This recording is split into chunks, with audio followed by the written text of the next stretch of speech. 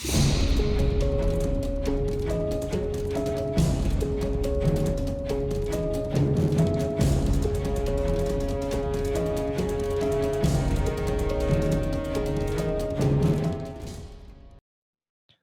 to another episode of Blue is the New White. I've got a special guest in today from Toronto. His name is Adam Bartman with Reed, and I'm really excited to talk to him about his story today. Adam, why don't you go ahead and introduce yourself, and welcome to the show. Yeah, no, thanks so much. I do enjoy doing these podcasts. I never have in my prior life, but feels like in the last 6 or 7 months, this is becoming more of a popular way, of getting out to the public, especially now. Obviously, more and more is virtual. So, I'm one of the co-founders at Reed. We're at a high level, a plumbing technology company, and it was really just a spin-off of what I was doing in my previous career, which was owning and managing a commercial and high-rise plumbing company in Toronto, in Canada here. Very cool. Very cool. So plumbing technology, what is that? Well, so when I started my career, I'm 31 now. I had a early start because my father was a plumber for more than 2 decades.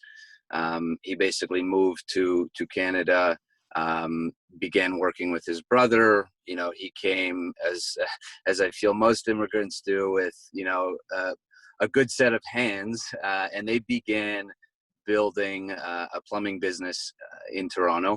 They primarily worked for large multifamily high-rise buildings, and then those owners naturally had commercial plazas and industrial buildings. And so 12 years ago, so again, I'm around 18 at that point, my father ends up opening his own company because he used to work with under his brother for many years.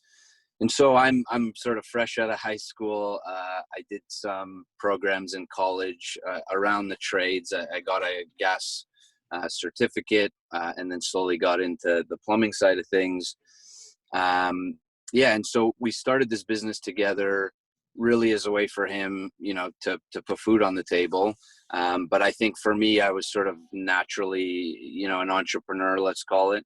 And so I ended up taking the business from 1 truck to 12, which was great. I'm always happy with that story and what we've done with it. But what sort of happened, so Reed is 4 years old. And so 4 years ago, after getting the ability to, as they say, get off the tools and become more of a manager of the business, what I ended up finding or identifying was that our customers were having somewhat similar issues in their buildings. So these building owners or property managers were all basically having the same set of issues.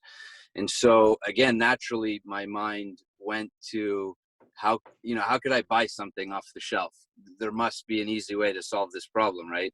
Can I remotely shut off a valve from my phone? I can turn my lights off at my house from my phone. Why can't I control this, big sophisticated commercial plumbing system? And that's kind of where it started. And the idea was, how do we get more intimately connected to these buildings, but remotely? Because I could tell you, more times than I can count, on a weekly basis, I would get a frantic call from some, super or security guard, friggin' deer in the headlights, where, water's leaking or drains backing up, or there's temperature issues and people are pissed off that they don't understand their water bill. And there's so many issues that come up. And the reason to start, or rather why we ended up starting our own company, is simply because we couldn't find anything out there that existed. You had, and still today, you have super expensive BAS or building automation systems for primarily the HVAC realm. And on the other hand, you have these consumer widgets, I'll call them, things more for single family homes, like your Lutron lighting and your garage doors and all the smart stuff that, we've become accustomed to now. There was really nothing affordable but enterprise level for this massive mid-market, which was made up of, big box stores or commercial plazas or multifamily condos, new or old. And ultimately that is really what spun into creating our own platform for controlling that system. Interesting. Very interesting story. I've got a couple questions there. Yeah. Where's your family from originally? So my father's Polish, and my mother's from Israel. So they moved actually to Canada with my three older sisters, and then I was basically born like a year after they moved to Toronto. So I was kind of raised like a little immigrant. I knew my native tongue before I knew English, and I think just you always hear that immigrant mentality, where look, they came here, they had four kids, they needed to make money, they needed to put food on the table, and so my father worked his ass off as a tradesperson, and my mother had like a cosmetic salon for nails in our basement. Every house we moved to, my father would like build a whole little shop, and so all I saw growing up my whole life was pretty much two entrepreneurs working their butts off, and I put a lot of my work ethic on that upbringing for sure. Yeah, that makes sense. So what was the narrative? I'm curious. What was the narrative when you were in high school from your parents? Was it, kind of gearing toward the trade route, or was it gearing more towards the college route? Because I hear both ways, but I think more often than not, I hear when immigrants come over and they raise their kids here, they're kind of adamant about them going to college and getting a higher education and stuff like that. So I'm curious. Yeah, I think there's a few things that played out here. I mean, I was the youngest of four, and so I think naturally I got the least attention but the most love. They really, especially my mother, supported me with like any weird kind of thing I had done in high school. Like, I'll give you an example. I my first job was at a pet store, and so I uncovered this whole community of people that had lizards and snakes and all this stuff, and it actually turned into sort of my first little business. There was a lot of money to be made. There was some animals that would be sold for like $5,000 and $10,000. It was kind of crazy. And so, the latter part of high school, I had an interest in it. And, I would go to these shows and help people sell animals at these big trade shows. So it kind of turned into a whole business. But my mother was absolutely petrified of the animals that I was keeping at home. But it was funny because her mentality was, I'd rather my son be at home with his interest in doing something smart and not smoking drugs. Like, that was her mentality, right? So she just supported whatever I wanted to do. And in high school, I was a terrible student. I had no interest in classes. I mean, I kind of just coasted through to keep people happy, but I didn't pay attention to what I was learning. I had no interest in it. But my oldest sister was very academic. Like, she has a PhD in psychology. And so finishing high school, she simply said to me, don't take a break, do something, go to some college for like business or something. And so I leave high school, I do a semester of like a business administration program. Very quickly realized that this for me is kind of a waste of time. At this nearly the exact same time, my father is starting that new plumbing business. And so he said to me, look, I'll probably need a year or two to just kind of get myself grounded. Why don't you go to college for HVAC, for HVAC? Get into the trades a little more. And I think for him, he thought of HVAC as being a little bit, a level above in complexity to the plumbing industry. At least at the time, I think that's what his thought was. So he said, so I move out of the generic business program and I start to do the HVAC program. And, as I finished that, I basically walked out of college into a business, which, you know, I can't thank my father enough times for kind of throwing me into that opportunity, because who knows, what other road I would have traveled down. But yeah, I think there was just general support. I think it's super important to get the formal training in a, college setting. But at the same note, I think you're only going to master your trade in the field, and they know that. And that's why, you need 9,000 hours, let's say, in the field, coupled with a few months of schooling. Yeah, I agree. I agree 100% with that statement. And it sounds like you had a lot of support around you growing up, which is awesome. And I mean, you make a good point. I've got two daughters myself, and I would much rather them come home with snakes and lizards than drugs, Yeah, yeah, or yeah, boys for for that sure. matter. But Yeah. that sounds very very supportive and a great path. It sounds like it led you to. So then I assume that once you started in your father's business, um, you were actually in the field as a technician for some time. Yeah. So, let's say the company's about 12 years old now. For about 8 of it, I was, dirty jeans, steel toes, hands, in my jobs, taking calls and setting the schedules like most, traditional startup trade businesses, right? You're wearing like 10 different hats and just kind of grinding away. And it was good, but I think, as the business matured, I was able to take weight from certain articles I would read. For example, I remember reading some short little, 3 paragraph article on delegating. Get rid of some of the things that you're doing, so you could take a bit of a step back and create processes and work on the business and not work on the tools. And you hear that all the time, but I think it is difficult for people to make that transition. I'll tell you, once I did, man, like light bulbs going off in my head, understanding how a small business can become very large.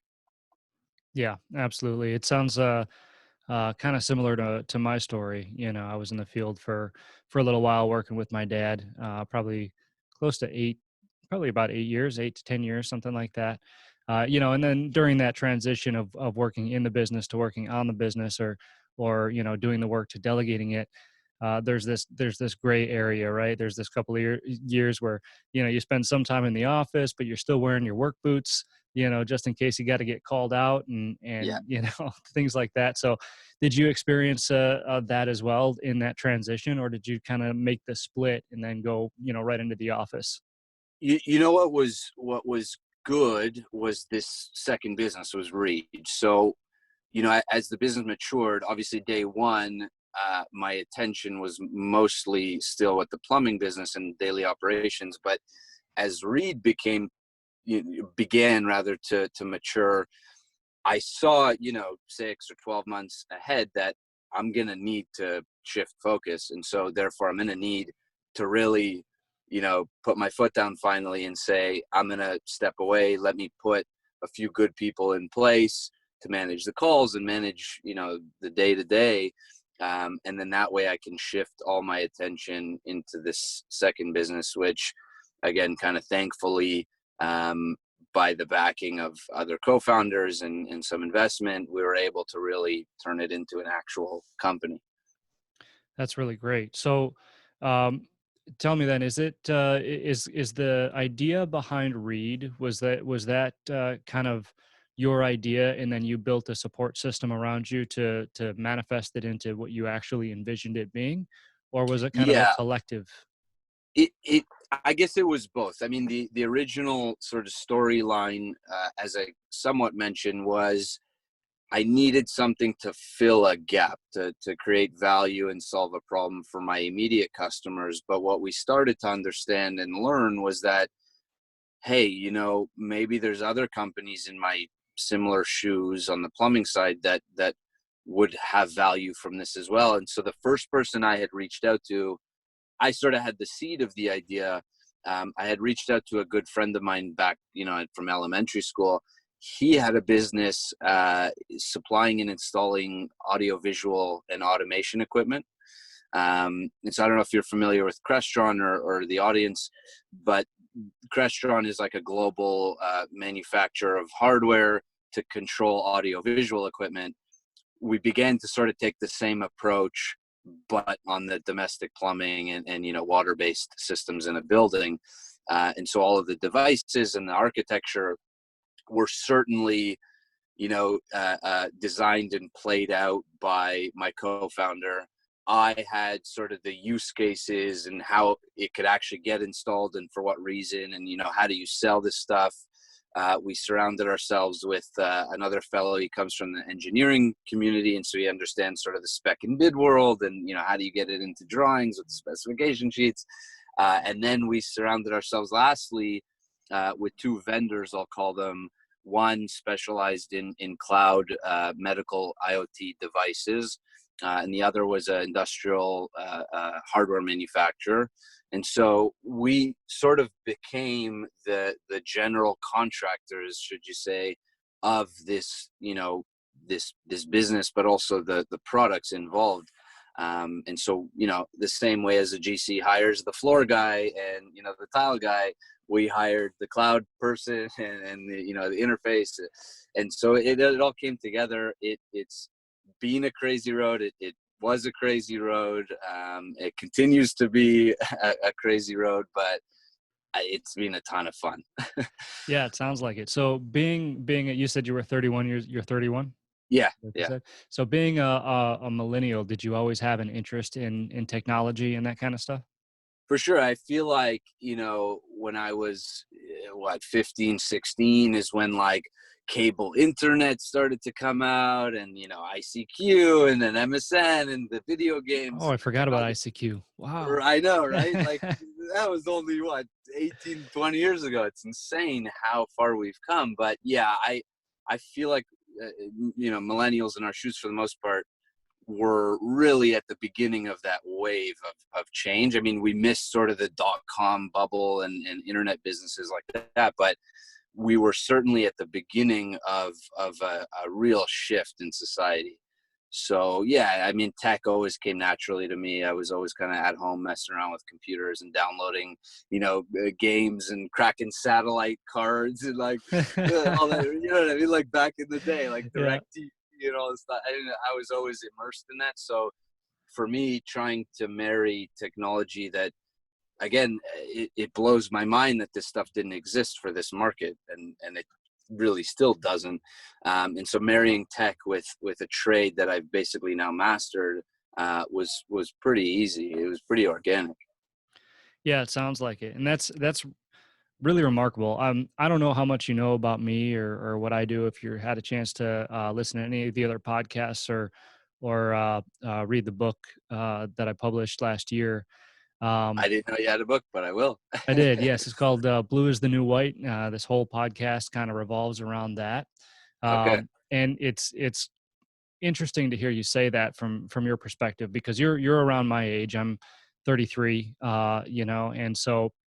Uh, this whole book is designed to basically pique the interest of kids about the trades, the skilled trades, because over the years, the trades have kind of went from a coveted profession to, well, why would you want to be a plumber? You know what I mean? 100%. And Mhm. so you're a prime example of why you'd want to be a plumber. I mean, the opportunities that it presented and what you were able to do with that, to take it to a new level, a level it sounds like that hasn't really been seen before. It's which is what a lot of kids are looking for these days, an Right. Right. opportunity to change something. Um, so it's interesting to hear this story because you're the first one that I've talked to that has kind of made that transition from, you know, the pure skilled trades to the technology end of it. Mhm. But very, very remarkable. So let me ask you this then: with the transition from being a plumber in that business to then opening Reed, where is that other business today, and where is Reed in comparison to that? Is that other business still around? Yeah, so the plumbing company is still operating. Still consider myself, the owner. Checking in fairly regularly. We're fortunate that the two companies' offices are basically attached in the same building. So yeah, I'm constantly, checking in and helping. But it's also sort of become a lead generator for the new business, right? Someone has an issue, somebody's doing work. I'm a little more intimately connected to what's going on there. And Reed, in comparison, is certainly still a company that's getting to a maturity point. We still have a lot to do as far as development and finding product market fits. Educating the market has by far been where the majority of our energy has gone. Changing the minds of engineering companies, not easy when you're a youngster coming in trying to tell them how this system should look and how they've been ignoring it for the last 5 decades. Yeah. But I'll tell you, when we are given an opportunity, particularly for some real hard to crack engineering companies, they really appreciate our thoughtful approach to how that system should look in comparison to what it looks like today, which is basically manual. I mean, everything is just simple like it was 100 years ago. And so, when we come in, respectfully say to them, the systems are a little more clever than they have been, but let's elevate it even further based on not, a new building, but where my knowledge came from was look at the building and the system 30 years from now, 50 years from now, how things start to fall apart, how they're being, operated by, let's face it, property managers that are not well versed on the mechanical side of a building. They're relying on their trades. And you look at these 50, 60 story, big, beautiful, modern condos, and at the end of the day, they're managed by a property manager who maybe is there for a year because of the high turnover, at least that we see in Toronto. And then therefore the trades change all the time. And so at the end of the day, you're left with, 300 residents with a building that's just kind of poorly managed from a mechanical side. And so this gives a little bit more of the black and white proper control that you would expect out of these big modern buildings. Absolutely. So for context to our audience, what capabilities does it have, the technology? Yeah, so without diving super deep into the technical, some of the audience may know older products like WaterCop, newer products like Moen Flow or Upen or Fin. These are residential-based water management products. Some focus on leak detection, some focus on water conservation. The idea was, let's apply the same principles. People care about saving water and not having a disaster in their building, but create sort of an enterprise version of that. And so what we do today is provide a really intuitive dashboard, something you would expect to see on a nice iPhone app, to have hardware devices installed in buildings. So they're about the size of a router, and you could use one or 1,000 of them, kind of build your own a la carte arrangement. And what those devices can do is control three categories of what we call fixtures. So it can control shut-off valves from 0 to 100%. So kind of on, off, or in a particular position. It can read information from water meters, a variety of brands. And then the last category is sensors. And that's kind of my favorite, because the principle around sensors today is every single one of them speak either with a 4 to 20 milliamp signal or a 0 to 10 volt DC. It's kind of like the standard. What you can start to do then is take the more simple ones like pressure sensors or temperature sensors, but you could also start to get into water quality, flow, and so there's all kinds of interesting things you can do when you marry it all together. And so when we go to a plaza, our solution might look one way. Maybe just metering is what they care about for billing.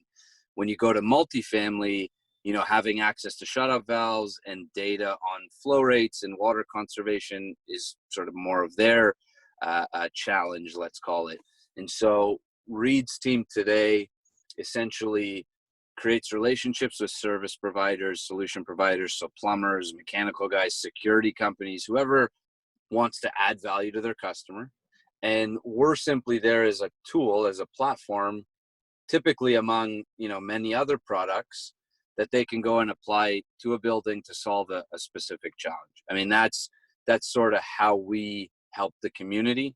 When you get deeper into use cases, it really matters what building type we're talking about. But that's kind of the idea. Control valves. Oh, I think I lost you there a sec. The idea there is control valves, read water meters and get data from any type of sensor that's out there. Oh, that's awesome, and it sounds much needed for this day and age. I mean, it makes sense the way that the way you just put it, and the way the world is headed, and everything else. I still got you there. Yeah. And no, so I think that's a remarkable idea, and for you to start that and grow it the way that you have is pretty impressive. I'm curious, where did the name Reed come from? So it's funny. I think it was like a shotgun decision one day, and I've been asked the question before.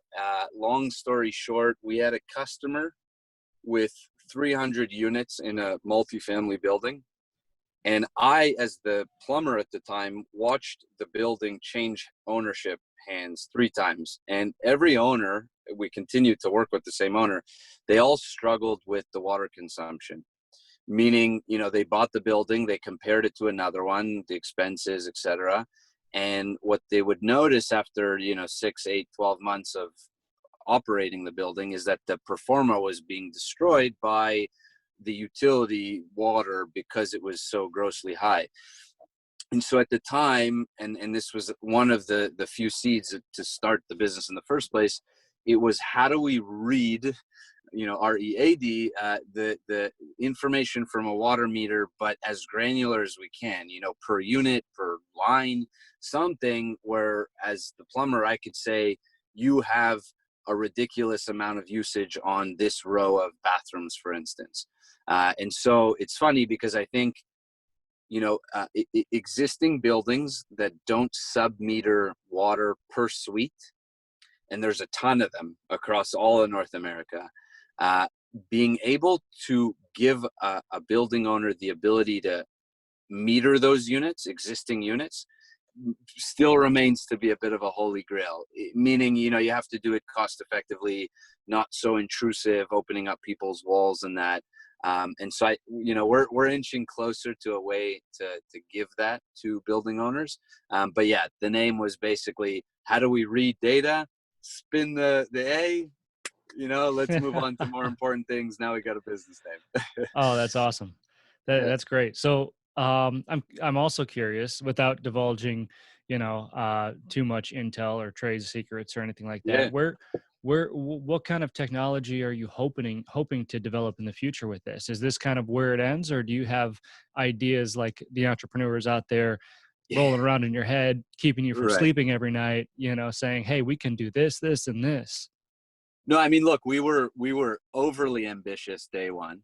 When we sat down before product existed, we said, we're going to create a platform to control electricity and HVAC and air, and water was one of the subsets. We very quickly learned that not only is the space very busy with other people, focused on particularly electricity and metering and all that, that we don't know enough about it. Our core team of both co-founders and operators are really based around water related systems, primarily domestic plumbing, spills into HVAC if you have a hydronic system, but we started to learn that we want to be part of a bigger ecosystem. And so I'll give you an example.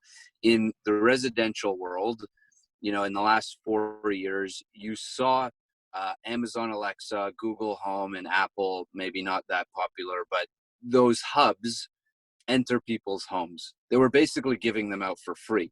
And prior to that, what you would see at Home Depot was, Lutron is making smart dimmers, Philips is making smart bulbs, this guy doing garage doors, that guy doing locks, all these people in their own specialties, just smartening the product. But when it really became popular is when the Amazon, the big boys came in and said, listen, we'll be the hub. You guys all speak our language. And then you can finally give the homeowner one app that controls everything, which ultimately is what people want.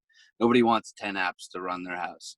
And so I foresee the same thing in the commercial sector. It may even be some of those big guys, because what we consider ourselves now is sort of the Lutron in that example. Let's be the specialists in water, have all the hardware and equipment and expertise around that category, but maintain, the integration piece by API, by physical connection, whatever it is. Let's be open as a business to integrating with others. And so today, a lot of times, we'll have a big corporation that have their own, dashboard, some big REIT, some big management company, they have their own, infrastructure. And so when we're able to say to them, cool, don't worry, keep doing what you're doing, we'll just send you all the data.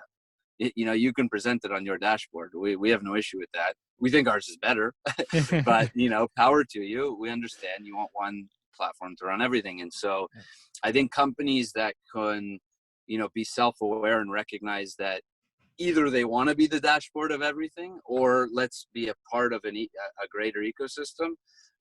That's where it's going to end up. And we're just trying to, pay attention to trends and sort of who's doing what and maintain our technology to kind of run alongside.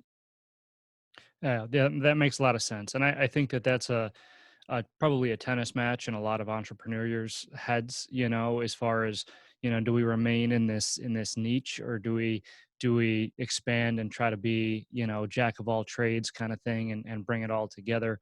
I've Hmm. struggled with that decision in my own business, and I know many people have as well. But I think there's a lot to be said about being able to focus on doing one thing very, very well, and Yeah. then, like you said, becoming part of that ecosystem. And I think I, that's, I, yeah. I was going to say, I think it's critical. If I go back to the plumbing business, we were working in buildings and we were opening walls, and naturally, like you said, I think some entrepreneurs might say, well, hey, let me subcontract the guy to close the wall for you, and let me do painting, and let me do this, and let me start to do everything. And I think and thanks to my father for saying always, don't do anything but what you're good at. Plumbing, that's what we offer. Don't offer people, appliance repair, and don't even recommend tile guys and all that. It's just gonna spin out of control. I think it's super important to be hyper focused on your goals and what you're best at. I would agree with you for sure. Yeah, no, that makes a lot of sense. And my dad was very similar. His specialty was hot side restaurant equipment, so Hmm. commercial kitchen equipment. And that's where my background is, commercial kitchen equipment. And for a long time, especially here in Arizona, people are saying, "Hey, you need to do refrigeration, you need to do HVAC." Yeah. It gets so hot down here. And for the longest time, we said no, because even though my dad actually went to school for refrigeration, he'll be the first to tell you that he was terrible at it. He sucked at it, Yeah. and he knew it.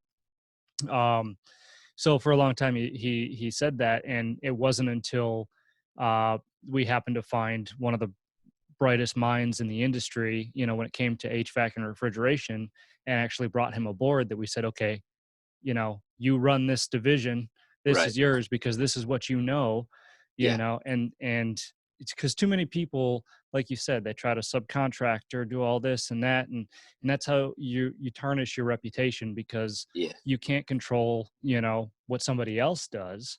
You can only control what you do, and a lot of times you're left to just pick up the pieces, for and sure.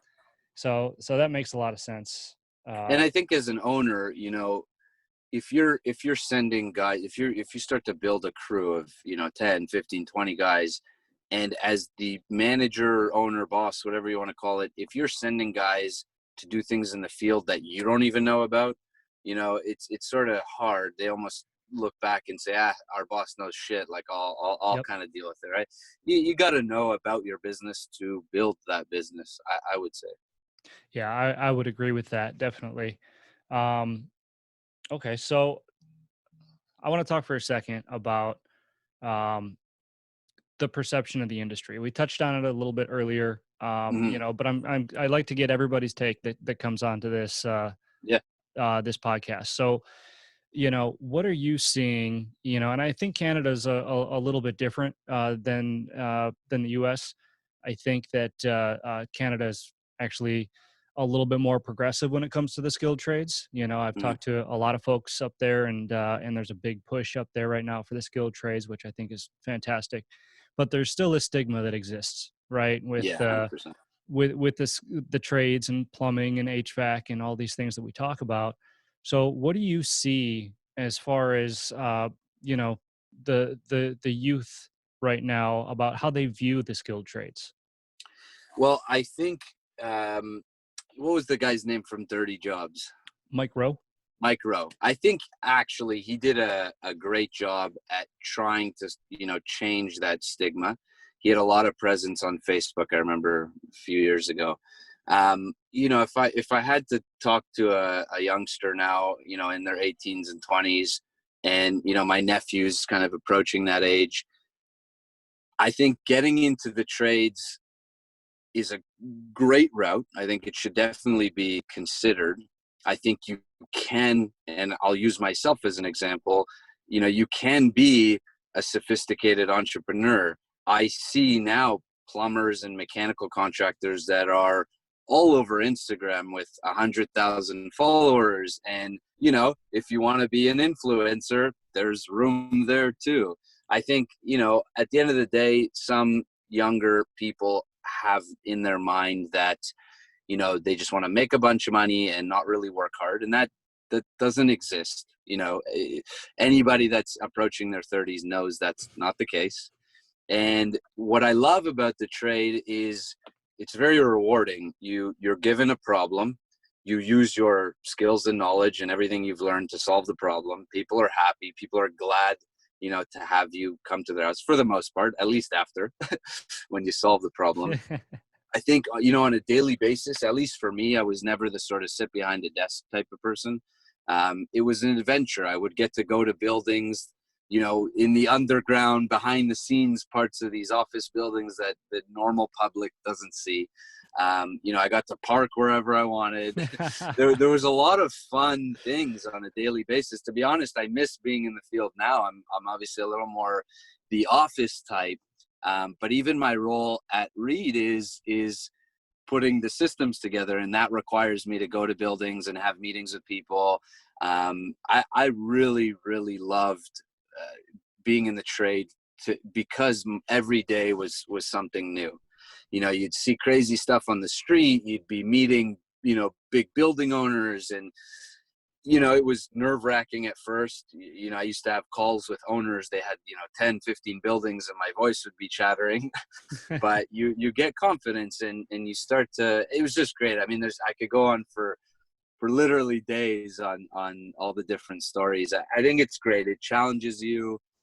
There's good money. I think you could make fantastic money if you know how to price yourself. And back to what we were saying, if you specialize, people will actually pay you more. You're the expert now in that particular field. And the plumbing company, at least we specialized in existing buildings that were professionally managed, I used to say. So we specialize in professionally managed buildings, and so we got to be known in the property management realm. We got to go to shows, we got to do these podcasts, and it's just so exciting, the way I see it. So there's probably 100 different reasons that young people should consider getting into the trade.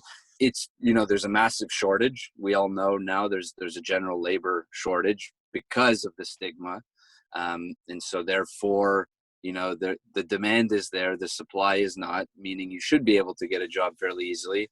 and be well compensated. So, and there's a million reasons. Are you sure you haven't read my book? Because you hit like every single Oh, point, amazing. that I make in there, man. Now Swear that's to God. fantastic. I love to hear that. And you're absolutely right. I mean, above and beyond the monetary benefits, which we all know is, it can be very lucrative right now, Mm, especially because of the supply and demand. But, the intangibles, as I like to call them, are just so valuable as well. I talk to a lot of tradespeople on this podcast and off this podcast, and anywhere I can, and 95% of them all say the same thing is, at the end of the day, and some of these people have been in the trades for 30, 40 plus years. A lot of it boils down to one thing, and that's the ability to help people. yeah. And because at the root of it, I'm finding, is really that's what people enjoy. They enjoy that look of satisfaction, and gratitude that comes across their customer's face as soon as they're, like you said, as soon as they fix something, or you know I mean, and a lot of it is essential, as we're seeing, right now, obviously, with everything that's going on. But so that's a big thing, I think, as well, is the ability to help people, and I think kids these days resonate with that too. You know what? I feel fortunate, and I've said this to a few people in my life, that it sounds simple when you say it, but I feel kind of empowered that I've realized this, and what I've realized for me was that I love to create. And so, whether that was creating, a solution to a problem, creating, the rough in on a new plan, creating drawings and sort of literature that went along with my quotes, creating the business, creating processes, I realized by far I was in my happy place when I was creating something. And so I think, again, running the business, creating a new business, all played to what makes me happy. And I think, you said that the monetary portion is there. Everybody needs it. You need to survive. But you hear it time and time again from entrepreneurs that are really, matured or very successful, that if you do something you love, the cliche, it doesn't feel like work, and the money comes in, and that'll all kind of fall into place. But you got to do what you love. Yeah. No, I agree. And you know what? And I take that usually a step further, and I say, you know, do what you have to if you must, but find the passion in whatever it is that you do, Yeah, because that was my example, right? Like I didn't like working on fryers. I didn't like getting greasy and nasty and, smelling like 10-year-old fryer grease every time I came home, and having to right. go through 3 different dryers in 5 years, because I'm trying to wash these greasy clothes, Yeah, but like you said, my passion is helping people. My passion is being able to fix something that was broken before. My passion is building or creating something, which is what I've done with, my company, and all stems from fixing fryers and fixing ovens and things like for that. sure, So for sure. um, there's an element of practicality to it, even if you don't initially see or relate or resonate with whatever it is that you have an opportunity to do. you know if you can find the passion in it, you can take it anywhere you want to go. And 100%. that's the beauty of the skilled trades, right? Is that Hmm.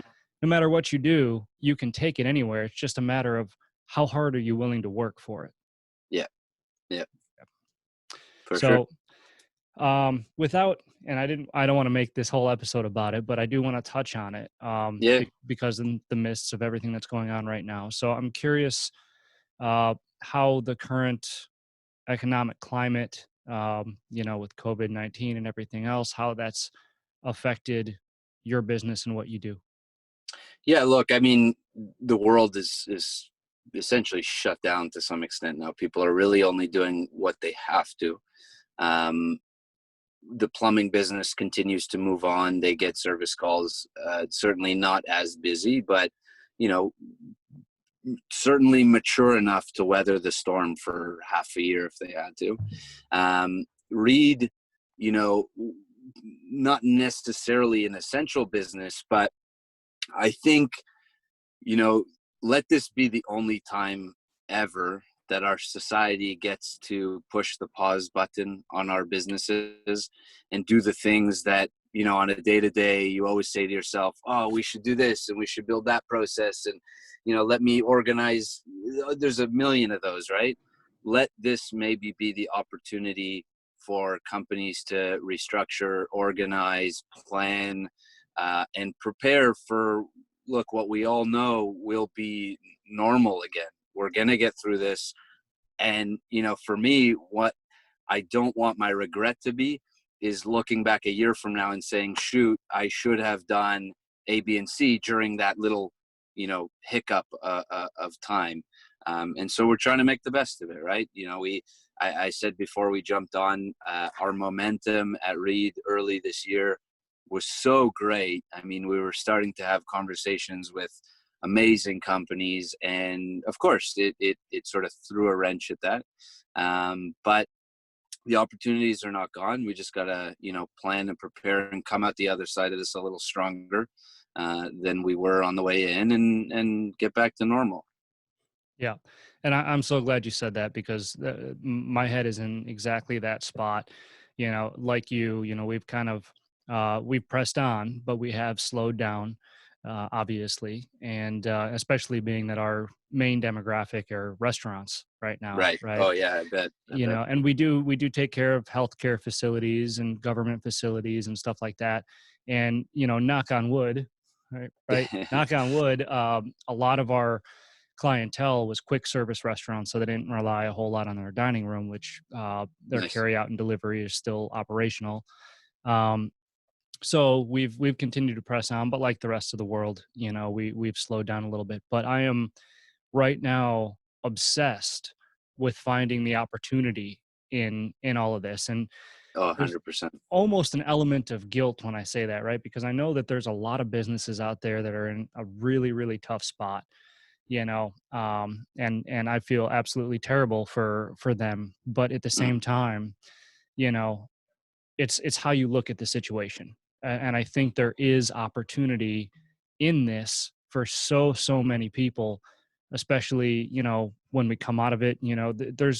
There's been a trend over the years of what happens when we hit an economic decline. mm. On the way out, there's certain companies that catapult, Oh, you for know sure. that's what I'm obsessed with right now, is finding the opportunity in this to Yeah. better not only my business, but the businesses around me, the businesses that I support and that support me. um and I think that that's the mindset that we all should have, going through something like this. Oh, 100%. I think you have to stay positive, keep pushing. There are every county, town is different, province, state. There are some support measures. Our government has offered some wage subsidies, unemployment insurance related items. So there, it's not like we have a slowdown in business. The whole world is going through this together. Yeah. So I have to have faith that our governments will do their best, to help make this a little less horrible. But there is tons of opportunity. I mean, we were, with the added time that we have now, thinking about water quality sensors and air quality, and there's a whole sanitation world that could come in, and creative people will find a way to adapt and get through it. I think it's an important time to stay mentally positive, and don't get me wrong, I've struggled. This has given me certain days of anxiety. I swear to God, yesterday I put it in my head for 2 hours that maybe I have COVID because my arm is hurting. I mean, look, we're all human, right? It's Yeah. it's a very weird kind of invisible enemy. It's messed up. We're not used to this, but we got to kind of network, you know, be open with people around us, use our support structures, and push through. Our guys at the plumbing side understand what's going on. They're helping support each other. We're seeing them, restructure their trucks and clean up all the processes. And so there's plenty of things to do. Hopefully, things get back to some normalcy in the next 90, 120 days. I think that's pretty reasonable. and we'll go from there. I don't think anyone knows. And that's the hardest part, Yeah. is the unknown. I think that's what everybody's struggling with. If we knew an exact date, I think people would be a lot more comfortable. But like same thing. It's this tennis match in your head, right? Between optimism and utter defeat some days, and and everybody's experiencing that right now. It's not just me, it's not just you. Like you said, it's basically the entire world, and they're Yeah. all, they've got their good days and their bad days, and we're just hoping to level it out somewhere until we can ride this thing to the end and Mhm. see that light at the end of the tunnel. So um all right, well, anyway, let's get to a little bit happier of a topic here. um One last question before I let you go. I like to ask this question to everyone, because I am a big advocate of the trades and what can be accomplished in there. So Mhm. personally, I want to know what your ultimate idea of success is and how the trades are helping you achieve it. It's a good one. I would say for me, what success really looks like, and I feel like I've nearly achieved it, but it's sort of that sense of freedom to do what I want. Obviously, nobody has that in its entire capacity, but if I wake up one morning and I decide I want to start a plumbing technology company, I did, right? I had the freedom to make that choice, shift things in my life, to go down a path that I thought would make me happy.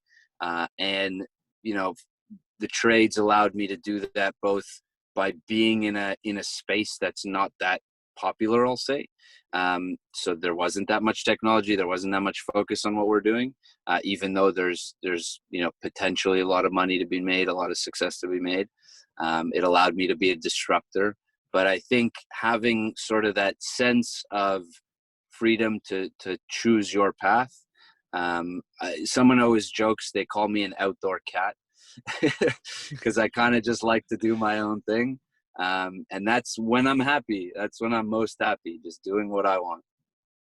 That's great. That's a really great answer, and I think that'll probably resonate with a lot of people, because there are so many people out there, looking for that sense of freedom that they can't get from, sitting behind a desk punching away on For sure. spreadsheets all day. Even though I'm sure you and me both have had our fair share of time on spreadsheets, Yeah, but yeah. that's really great, Adam, and I want to thank you so much for your time today. It was a really great conversation. So why don't you tell people where they can find you and anything else that you want to mention before we jump off? Yeah, easiest place to find us, of course, all the social media platforms, particularly Instagram and LinkedIn, under readwater.io. And our website, same thing, www.readwater.io. And you guys can reach out to me directly. It's adam@readwater.io. Awesome, Adam. Thank you again for your time, and Pleasure. we'll catch you next time, buddy. All right. Awesome.